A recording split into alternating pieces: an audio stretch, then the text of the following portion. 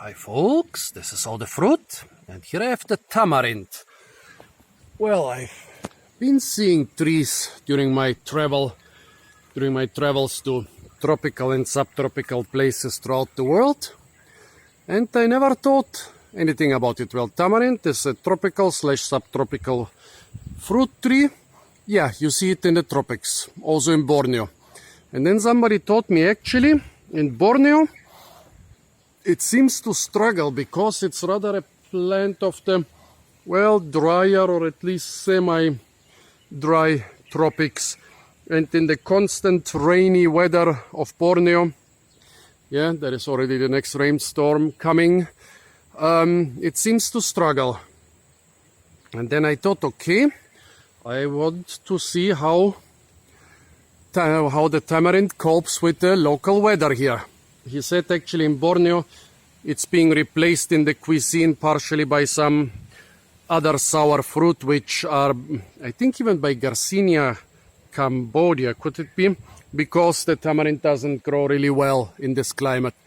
Well, then I came to the coastal areas of Sarawak, and there were trees in a coastal Malayu village, but this was during the dry season, so the area was very dry, and also the village was built on sand. The fruit were good, so I thought, okay, yes, of course, there is a dry season in this part of Sarawak, maybe a much more pronounced dry season than in other parts of Borneo, and also the drainage is so good because of the sandy soil, and also the saline, the salt spray from the sea maybe provides some additional drying effect. So the tamarind was growing quite well here.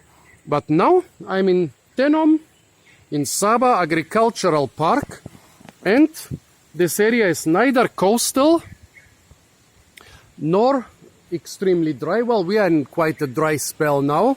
As you can see, even those little bayous here are, or oxbow lakes, or little streams are completely dry. Usually they're at least swampy. And the tamarind has a lot of fruit. So maybe it's not so hard for the tamarinds to develop its fruit in the wet climate of Borneo. Well, let's look what those fruit look like on the inside. Well, this one is completely rotten, but this one looks quite good. It does not look completely dry. Well, you really need some dry weather for it to dry out as much as in dry arid areas. Come on, I want the end which was inside the pot, which is clean. But it looks good enough, maybe. Not as dry as it would get in Arabia or parts of India. The taste is also okay. Here I peeled another one, also.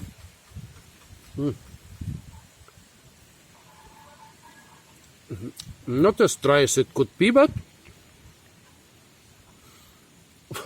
well enough developed. So I don't know, folks. This is the second place I've seen tamarind this year, in Borneo. And in both places the fruit seemed to be well developed. Well, here is an unripe fruit, or is it unripe? No, maybe it's just quite a white fruit. Ah, funny. It seems like this one is drier inside.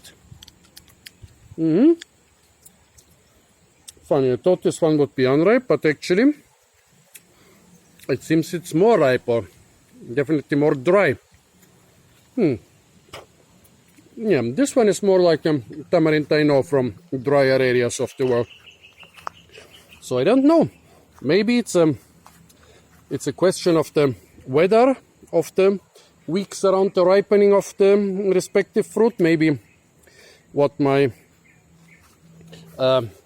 guy who commented on my YouTube video wanted to say is that it struggles in some areas of Borneo or during the rainy season of Borneo to produce reasonably dry fruit. I don't know, but right now I find those fruit totally acceptable for tamarind. What do you think, folks? Is the Borneo weather, here by the way a tamarind seed, is the Borneo weather a problem for tamarind or not?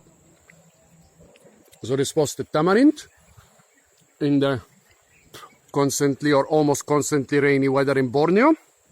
Stay tuned for a lot more fruit videos from the beautiful botanic garden of Tenom. And don't forget to like, share, comment and subscribe.